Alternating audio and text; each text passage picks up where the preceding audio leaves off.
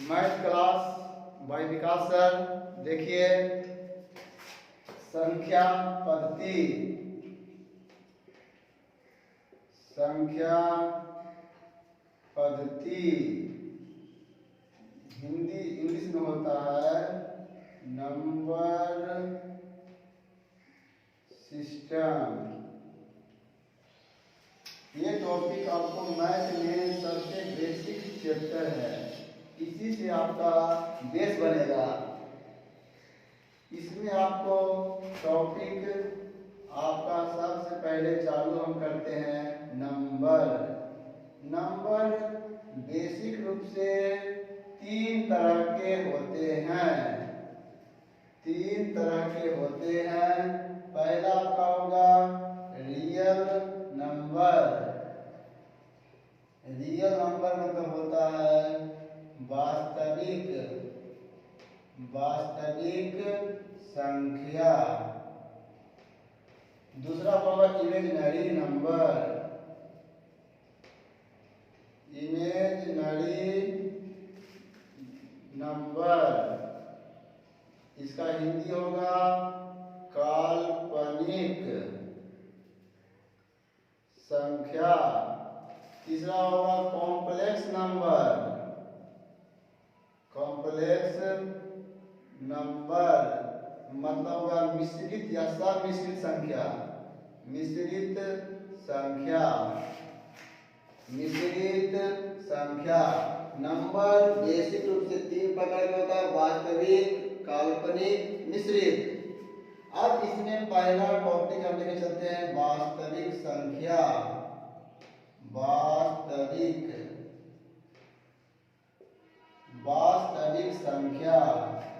वास्तविक संख्या उसे कहते हैं, उसे कहते हैं जिसे, जिसे नंबर, नंबर लाइन पर, नंबर लाइन पर दर्शाया जाए, जिसे नंबर लाइन पर दर्शाया जाए। जैसे आपका नंबर लाइन हो गया, यहाँ 0 हो गया, +1, +2, +3, बढ़ते बढ़ते इंफिनिटी। इधर -1, -2, dot dot dot minus infinity.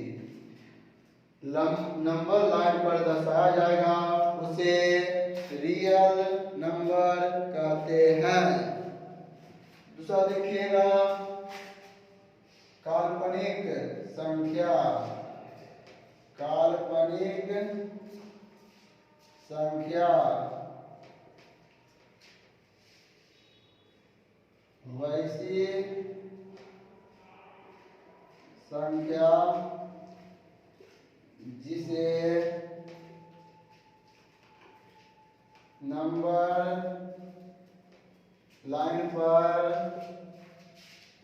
नहीं दर्शाया जाए, जिसे नंबर लाइन पर नहीं दर्शाया जाए, उसे काल्पनिक संख्या कहते हैं। काल्पनिक संख्या को हम आयोटा से, इसे आई से सूचित करते हैं। जैसे आपको रहेगा -1, इसको लिखेंगे आई।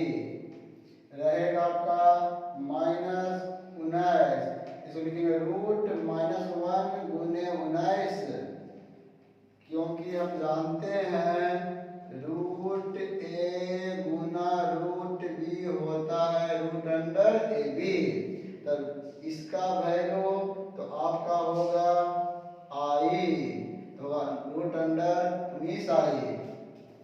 उसी तरह से हम देखेंगे -3, इसको लिखेंगे -3 गुने -1, इसको लिखेंगे √3 आयोटा। आई को करते हैं आयोटा। यहाँ तक उतारिए या स्क्रीनशॉट ले लीजिए।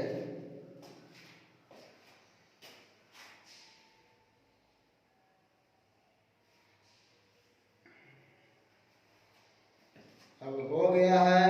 आगे देखिए मिश्रित संख्या। मिश्रित संख्या, मिश्रित संख्या कॉम्प्लेक्स नंबर। मिश्रित संख्या, मिश्रित संख्या उसे कहते हैं, उसे कहते हैं जो रियल नंबर प्लस इमेजिनरी मिलकर बने, मिलकर बने। जैसे एग्जांपल देख लीजिएगा, 3 प्लस आई, 5 प्लस 7i, ये आपका हो गया कॉम्प्लेक्स नंबर। कॉम्प्लेक्स नंबर खत्म हो गया है। आगे देखिए रियल नंबर में, रियल नंबर 2 प्रकार के होते हैं। रियल नंबर 2 प्रकार के होते हैं। रियल नंबर 2 प्रकार के होते हैं। रियल नंबर आपका एक होगा आपका पूर्णांक, पूर्णांक संख्या, और दूसरा होगा दशमलव, दशमलव। पूर्णांक संख्या को हम नंबर लाइन पर दर्शा सकते हैं। पूर्णांक संख्या -0 हो गया, इधर +1 +2 +3 डॉट डॉट इंफिनिटी, इधर -1 -2 डॉट डॉट माइनस इंफिनिटी। इसे भी नंबर लाइन पर दर्शा सकते हैं, इसे भी नंबर लाइन पर दर्शा सकते हैं। दशमलव कहने का मतलब हो गया है, ये हो गया 0 +1 +2 +3 डॉट डॉट इनफिनिटी तक, -1 -2 -3 डॉट डॉट माइनस इंफिनिटी।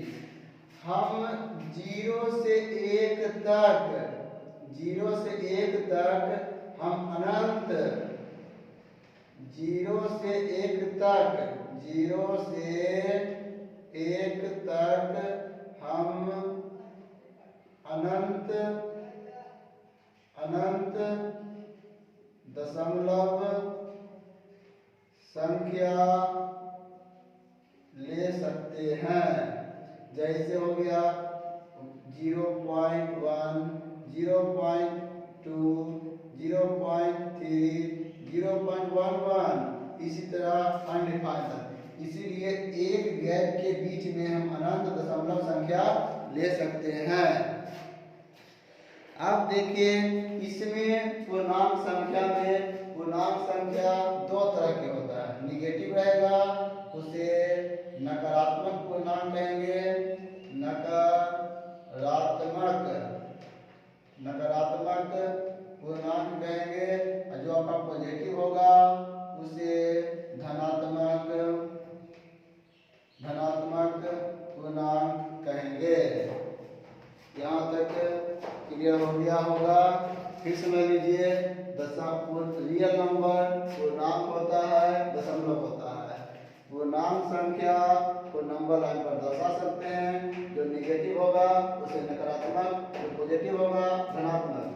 दशमलव को भी नंबर लाइन पर दर्शा सकते हैं। एक गैप के बीच में हम अनंत दशमलव संख्या ले सकते हैं। यहाँ पर उतारिए और आगे देखिए। दशमलव में भी आपका 2 प्रकार का होता है। दशमलव भी आपका कितने प्रकार का होगा? 2 तरह का होता है। दशमलव आपका 2 तरह का होता है। पहला आपका होगा शांत दशमलव, शांत दशमलव। दूसरा होगा अशांत दशमलव, अशांत दशमलव। पहला होगा शांत दशमलव, दूसरा होगा अशांत दशमलव। शांत दशमलव उसे कहते हैं, उसे कहते हैं जो पूरा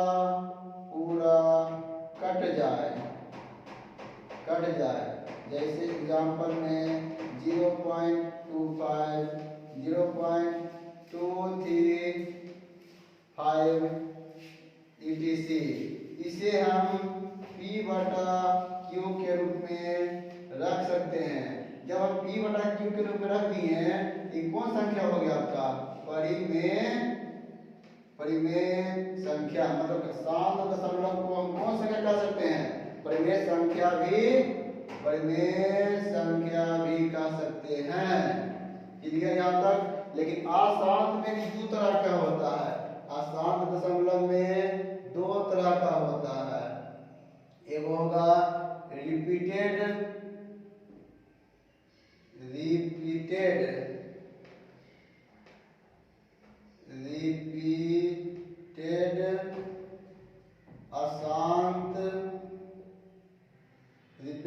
अशांत दशमलव, और दूसरा होगा आपका नॉन रिपीटेड अशांत दशमलव।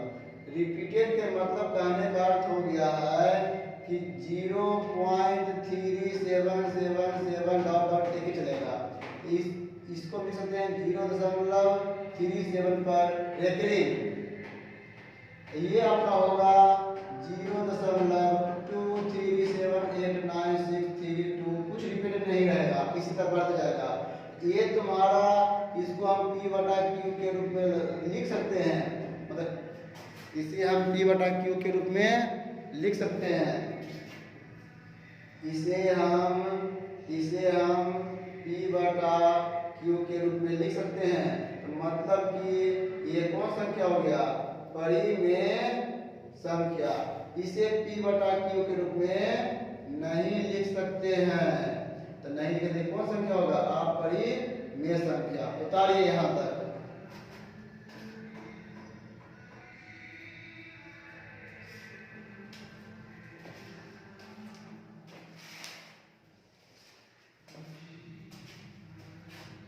दशमलव दो तरह के होता है, शांत दशमलव, अशांत दशमलव। शांत दशमलव उसे कहते हैं जो पूरा कट जाए, और अशांत दशमलव उसे कहते हैं जो पूरा ना कटे। उतार लिए होंगे। अब आगे देखिएगा, पूर्णांक देखिए।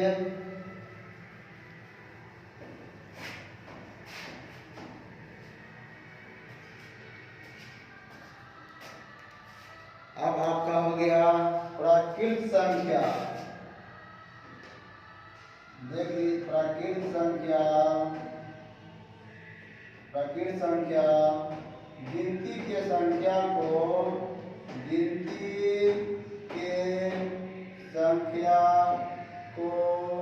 प्राकृत संख्या कहते हैं। इसे कैपिटल M से सूचित किया जाता है। एग्जाम्पल देख लीजिए, 1 2 3 डॉट डॉट इन्फिनिटी तक, 1 2 3 डॉट डॉट इन्फिनिटी तक। इसमें 2-3 तरह के बात है, लिख लीजिएगा। प्राकृत संख्या का योग मतलब हो गया गिनती की संख्या 2 3 4 डॉट ऑफ इन्फिनिटी, लिखेंगे n इंटू n प्लस 1/2। उसी तरह से प्राकृत संख्या के वर्गों का योग होगा 1 स्क्वायर 2 स्क्वायर 3 स्क्वायर, बढ़ते बढ़ते n स्क्वायर, लिखेंगे n into n plus 1 2n plus 1/6। उसी तरीके के प्राकृत संख्या के घनों का योग 1 के क्यूब 2 के क्यूब, बढ़ते n के क्यूब, लिखेंगे n इंटू n प्लस 1/2 पूरा के होल स्क्वायर। आगे लिखेंगे पूर्ण संख्या पूर्ण संख्या। गिनती, गिनती के संख्या के आगे शून्य, शून्य लगा दिया जाए उसे पूर्ण संख्या कहते हैं। पूर्ण संख्या कहते हैं। इसे W से सूचित किया जाता है। एग्जाम्पल देख लीजिए, 0 1 2 3 डॉट डॉट इनफिनिटी तक याद उतार लीजिए अच्छा से, उसके बाद देखिए।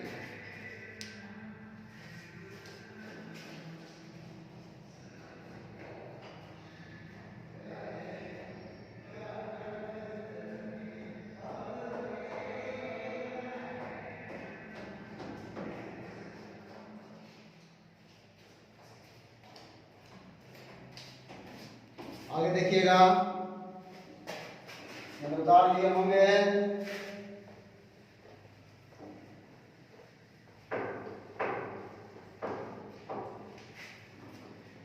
अब आगे देखिए, अभाज्य संख्या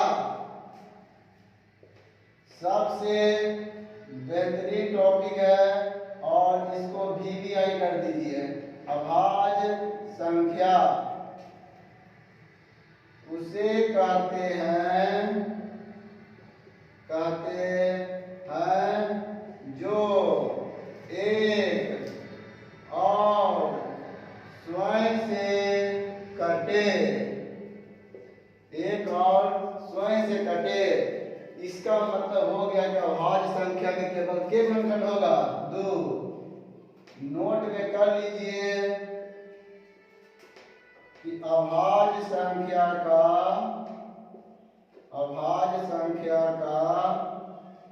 केवल 2 गुणनखंड होंगे। वो कौन रहेगा? एक तो रहेगा 1 और दूसरा रहेगा आपका स्वयं संख्या। एक तो रहेगा 1, दूसरा रहेगा संख्या। आगे नोट दूसरा लिखिए, 1 न तो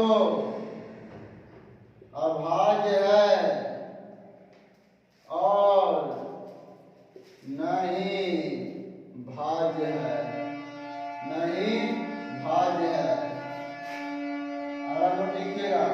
अभाज्य संख्या को ही हम रूढ़ संख्या, इसी को हम रूढ़ संख्या या इंग्लिश में कहते हैं प्राइम नंबर। दूसरा नोट लिख लीजिएगा, 1 से लेकर 100 तक 25 अभाज्य संख्या होती है। अगला नोट लिखिएगा, 1 से 50 तक 15 अभाज्य संख्या होती है। अगला नोट लिखिएगा, 1 से 25 तक 10 अभाज्य संख्या होती है। अगला नोट लिखिएगा, सबसे छोटी अभाज्य संख्या 2 है। अगला नोट लिखिएगा, सबसे छोटी विषम अभाज्य संख्या 3 है। यहाँ तक उतारिए, उसके बाद आगे बताते हैं।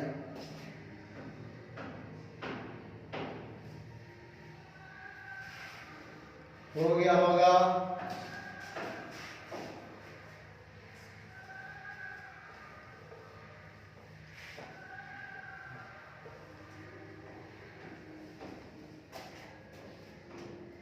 अभाज्य संख्या है या नहीं, ये जांचने के लिए देखिए, पूछेगा आपसे एग्जाम्पल कहेगा 1 से लेके 100 तक में कौन कौन है, तो आपका देख लीजिए एग्जाम्पल 2 हो गया, 3 हो गया, 5 हो गया, 7 हो गया, 11 हो गया, 13 हो गया, 17, 19, 23, 29, 31, 37, 41, 43, 47, फिर होगा 53, 59, 61, 67, 71, 73, 79, 83, 89, 97। गिन लीजिए 25 को। 1 2 3 4 5 6 7 8 9 10 11 12 13 14 15 16 17 18 19 20 21 22 23 24 25। 25 हो गया। आप इसमें जांच देखिए, जांच करेंगे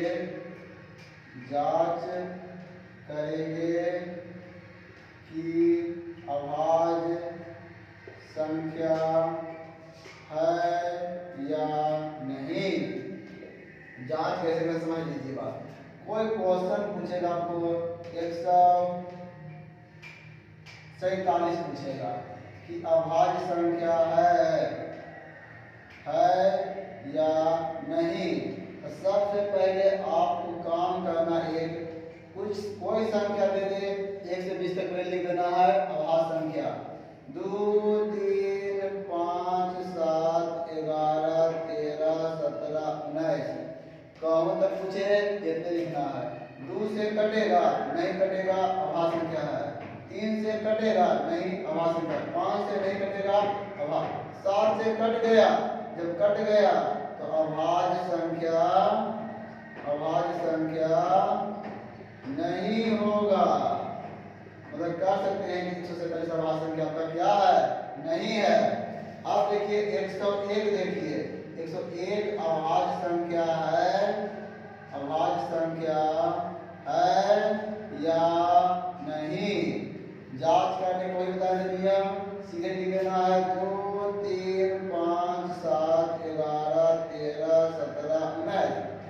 ना 2 से कटेगा आवाज संख्या, 3 से नहीं कटेगा आवाज संख्या है, इससे भी नहीं है, इससे भी नहीं, किसी संख्या से नहीं कटा, तो बोलेंगे 101 कौन संख्या होगा, आवाज संख्या है। किसी संख्या से ना कटे आवाज संख्या होगा, 1 से भी कट गया आवाज संख्या नहीं होगा। मतलब हम कह सकते हैं कि किसी से न कटे तो वह आवाज संख्या होगा। यदि किसी एक से भी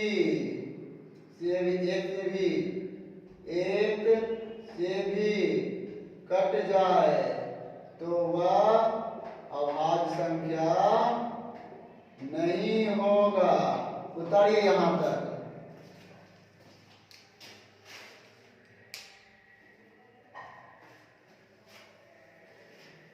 उतार लिए होंगे।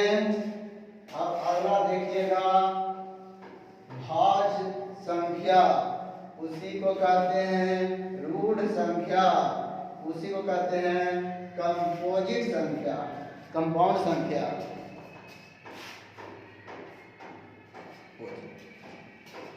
भाज्य संख्या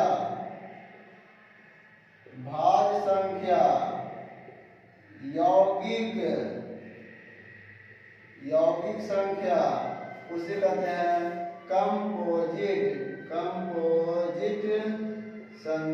कंपोजिट नंबर।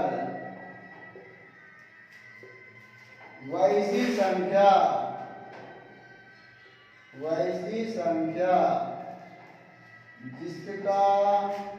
जिसका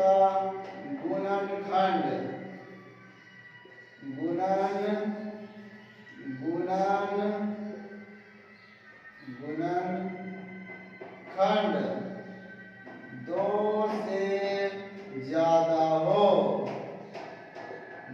हो उसे भाज्य संख्या कहते हैं। जैसे एग्जाम्पल देख लीजिएगा, 1 2 3 4 5 6 7 8 9 10 11 12। अब देखिए एक के बाद कटवा दिए, एक न तो भाज्य है और न ही अभाज्य है। दो के देखिए के गुणनखंड हो रहा है, 1 और 2, 2 गुणनखंड होगा, ये क्या होगा? अभाज्य होगा। 2 गुणनखंड होगा, अभाज्य होगा। इसका भी के गुणनखंड होगा, 1 और 3, 2 हो गया, क्या होगा? अभाज्य होगा। 4 देखिए 1 से भी कटेगा, 2 से भी कटेगा और स्वयं 4 से भी। 2 से ज्यादा हो गया तो ये कौन संख्या होगा आपका? भाज्य। 5 के देख लीजिए, 2 को होगा, 1 और कौन होगा? 5, ये होगा आपका अभाज्य। 6 देखिए 1 से कटेगा, 2 से कटेगा, 3 से कटेगा, 4 से कट गया, 1 2 3 4 से कट गया, ये कौन होगा? भाज्य। 7 देखिए, 7 आपका 1 से कटेगा, 7 से कटेगा, 2 से कटा है तो भाज्य होगा। 8 की तो सोचना नहीं है, 2 से कटेगा, 4 से कटेगा, 8 से, तो क्या होगा? भाज्य।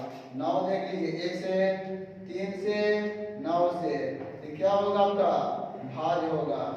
10 देखिए 1 से, 2 से, 5 से, 10 से, ये क्या होगा आपका? भाज्य होगा।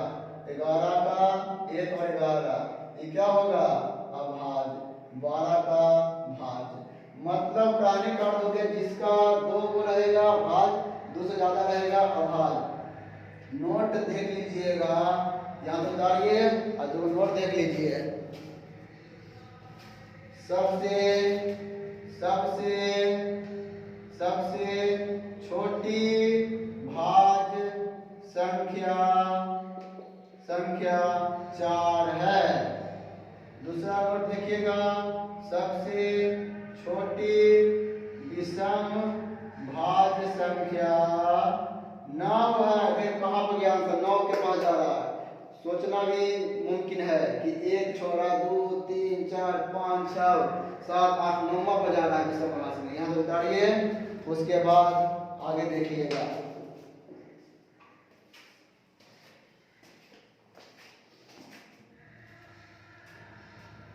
कंपोजिट नंबर उसे कहते हैं जिसका गुणनखंड 2 से ज्यादा हो।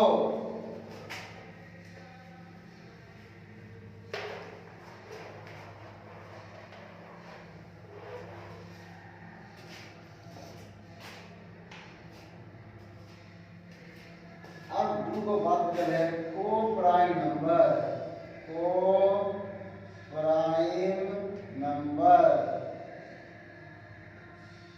दूसरा होगा ट्विन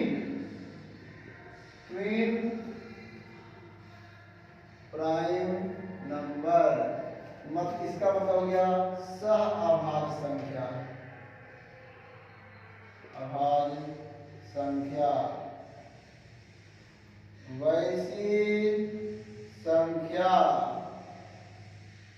वैसी संख्या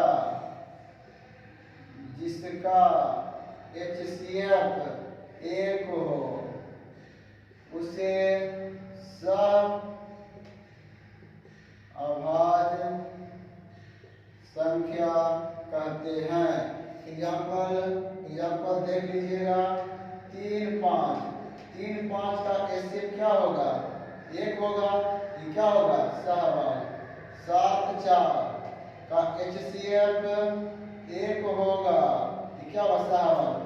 उसी तरह 6 9 का HCF क्या होगा? 3 होगा, ये सहअभाज्य संख्या नहीं है। ट्विन का मतलब क्या होता है? जुड़वा। ट्विन का मतलब होता है जुड़वा। मतलब अंतर 2 का रह गया 3 5, अंतर के का होगा? 2 का। तो ट्विन अभाज्य संख्या होगा 7 9, 2 का अंतर है, ट्विन हो गया 5 7, अंतर 2 का है तो ट्विन अभाज्य संख्या होगा। आपका क्लास 1 पर समाप्त हुआ। और अच्छा लगे तो लाइक और कमेंट कीजिए।